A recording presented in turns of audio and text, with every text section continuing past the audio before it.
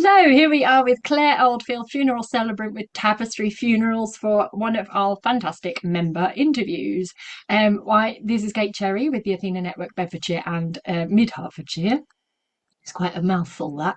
And what I love to do is we run business networking meetings for female professionals of all types of industries. And what I love to do is give my members a bit more of a spotlight and highlight to the wider audience and the wider network. So wherever you're seeing this, thank you for watching. And today we're with Clare, and I want to find out a little bit more about what Clare does. Clare's the only person in my groups who does what she does. And actually, there aren't so many people across networking generally that you have a lot of accountants and marketers and skincare and nutrition, which is my other business, but you don't tend to find many specifically funeral celebrants. And so it's great to have you here today, Clare. Thank you very much indeed. You say thank you. It's almost as if that was planned. Now you say thank you. And Clare and I get on really well. We first really got to know each other on an Athena net, actually, wasn't it? After you'd been a member for a few months, and we went on a net walk a couple of summers ago, wasn't it? And it was so much fun. Just you stupidly sometimes make assumptions of what someone's going to be like just because you see them networking and they're in professional mode, and then actually I love how Clare communicates. I love how interactive she is with people, and it's really a pleasure to work with her every month in networking. So looking forward to hearing your answers to these questions. So tell us, my normal question is, we were saying offline, what does your business do and how does it help people? It's kind of self-explanatory, but tell us about being a funeral celebrant. Tell us what you do. Thank you. So I'm an independent funeral celebrant and I operate as a sole trader under the business name Tapestry Funerals. I help families to create bespoke funeral services that focus on showing appreciation for their loved ones' lives rather than promoting a particular school of thought or doctrine. As an independent celebrant, the ceremonies I conduct sit midway between those given by a religious officiant and those given by a humanist. They're person-centred, but they do contain some religious elements such as a hymn or a prayer if that's what the family wishes. Cool. So you also told me recently that you sometimes end up working with people, classically, the time that people are going to contact you is when they have a funeral to prepare, so you don't necessarily communicate with the person who's obviously deceased. However, you mentioned that recently some of that work is now coming up front, where someone wants to work with you beforehand and prepare for that time in life. Is that right? Yes, yeah, a little bit now. I think it's as I'm getting to know more people in the community, sometimes people just want a sounding board or somebody to bounce ideas off against. And sometimes people just want to know whether things are possible. So, for example, is it possible to hold your ceremony somewhere other than a crematorium or a church? And the answer to that is absolutely so. It's not like a wedding. A funeral venue doesn't have to be licensed. So you can have your funeral wherever you would like it to be. So you can do a lot more planning up front. I mean, it's an awful thing to plan for, but it's nice for your relatives, I guess, isn't it? That you're we've had a few conversations, haven't we, in the past about I lost someone personally a couple of years ago as well, and there's that sort of what would they want versus what the family wants. Do you find yourself in that kind of those sort of discussions with people as well? Definitely. I think it is difficult. The conversations are always difficult, but it can make it easier for your family if you've stated your wishes beforehand. Because all most people want to do is give you the funeral that they think you wanted. And if you've written it down or had that conversation, it makes it an awful lot easier. It also makes it a little bit easier in terms of family dynamics, because sometimes you might have two different people with very different viewpoints as to what they perceive or what they think you would have wanted. And again, if you've had that conversation directly, it makes that a lot easier. Definitely. And what brought you into this world then? How did you become a celebrant? So funeral celebrancy doesn't tend to be a role that people enter into as a young age, as a school or a college or a university leaver. It tends to be dominated by midlife career swappers like me, or people who are working part-time alongside drawing a pension. But I quite like the fact that the funeral industry isn't something where age is perceived as being a negative thing. I like the fact it welcomes the life experience that go hand in hand with being older. So I was a teacher for 22 years. I fancied a change. I Googled what industries can you go into if you spent your entire professional life teaching, and Google suggested the funeral industry. And initially I laughed at the idea, but I have to admit, the more I looked into it, the more I could see that Google did have a point. And many of the skills you learn when you're teaching are also applicable to the role of being a celebrant. So I left teaching in 2020, trained to be a funeral celebrant in 2021, opened for business as a sole trader in 2022, and then have been helping people to say their goodbyes ever since. Oh, wow. And I know that through the network as well, obviously you've been like I alluded to before, you're someone who's it's very easy to like you, Claire. It's very easy to build a relationship with you. And that's what networking's all about, isn't it? You're building business friends. Yeah. And already, sadly, but reassuringly for that person, you've supported someone in your community, haven't you, within Athena with their father's funeral, which I think is beautiful, and just a testament to how you work, really. So I'd highly recommend anyone get in touch with you. What brought you to Athena? Why did you end up joining Athena? So I joined Athena in the second year of running my business, in the early spring of 2023. I had dabbled with quite a few different networking events and organisations, but as I became busy with work, I was finding it more difficult to commit to in-person meetings because of the travel time. So I really like the convenience of the Athena meetings being online. It works for where I'm at in my business journey at this point in time. And I really like the supportive and friendly ethos of Athena. And yeah, you've definitely embraced the in-person events and things like that that you come to as well. So it's really a pleasure to meet you in person at those. And then how have you benefited? How have you found? I mean, obviously, I just mentioned one. It's a weird one. We reserve it for funeral celebrants and family solicitors. The whole you're not necessarily there to get first party business, but it can happen. So obviously, very rarely you have had first party business within your first 18 months as a member. But how else have you benefited?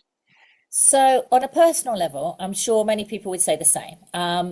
The benefit of being part of the same networking group for a period of time is having that opportunity to build working relationships and friendships with other members of the group. And I really like the fact you genuinely start to look out for each other and wish them well in what they're doing. And as a sole trader, it's nice to have companionship and people to share ideas with.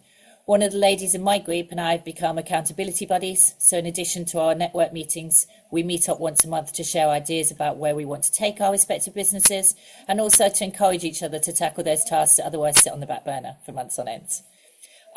In terms of the benefit of being an Athena member and the benefit that's had on my business, mine's quite geographically based because I ideally want to work with families living in a reasonable radius of St Albans.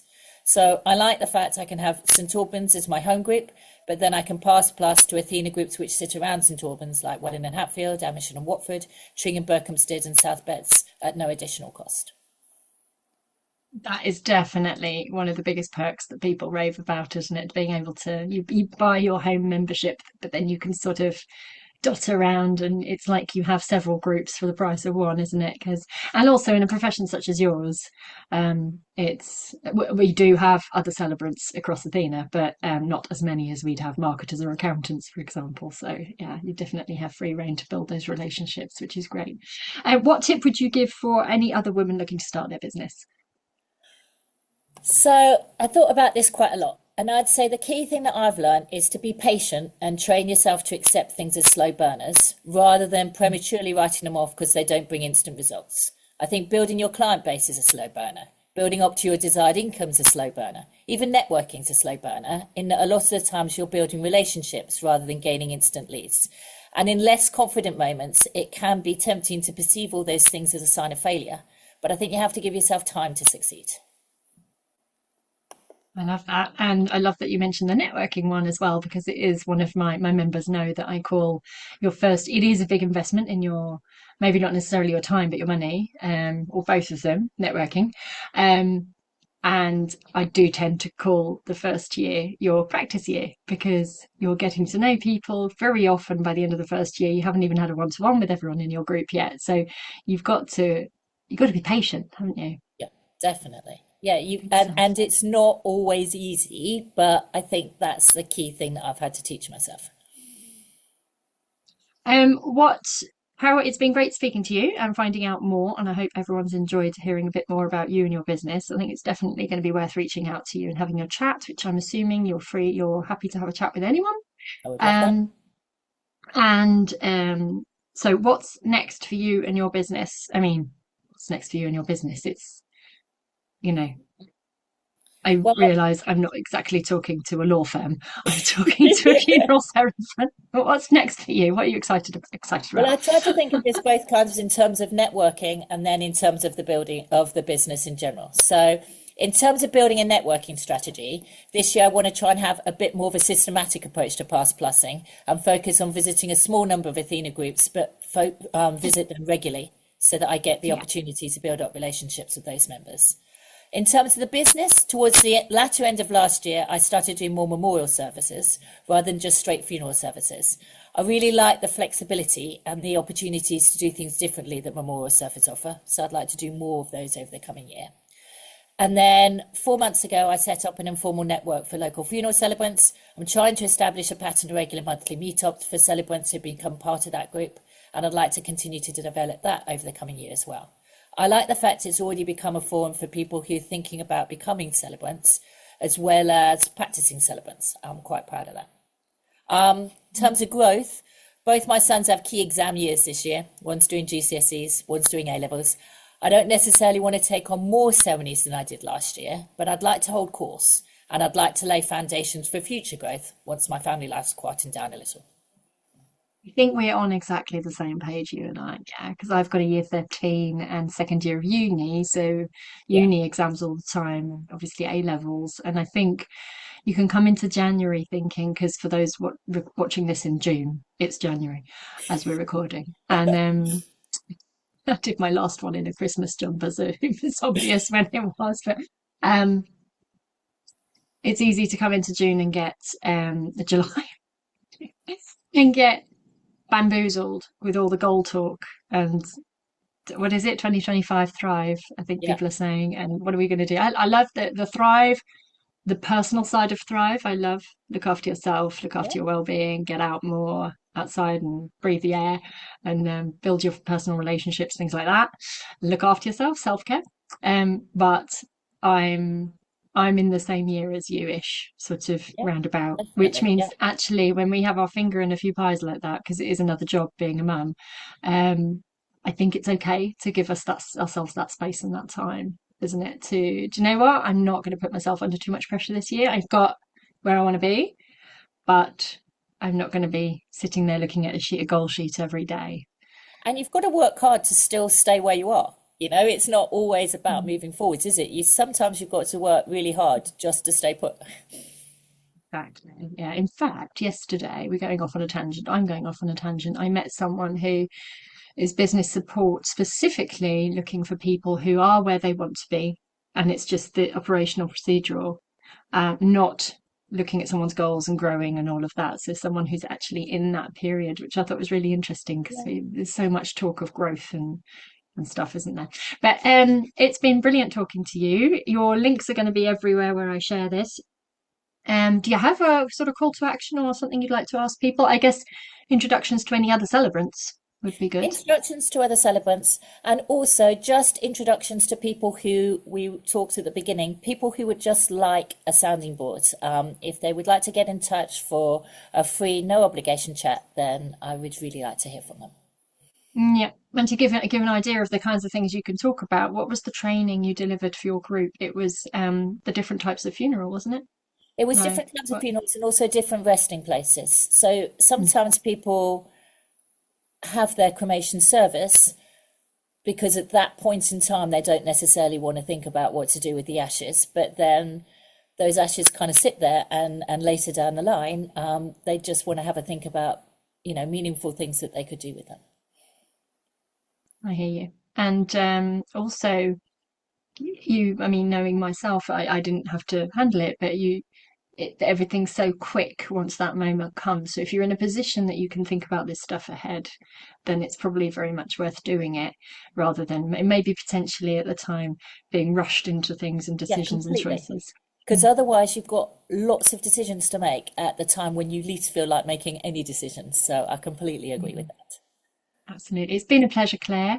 Have a fantastic 2025 Thrive. Thank And you very much. I will see you at your Athena meeting next week. And anyone who's watching this and would like to attend an Athena meeting, please get in touch and I will send you some details.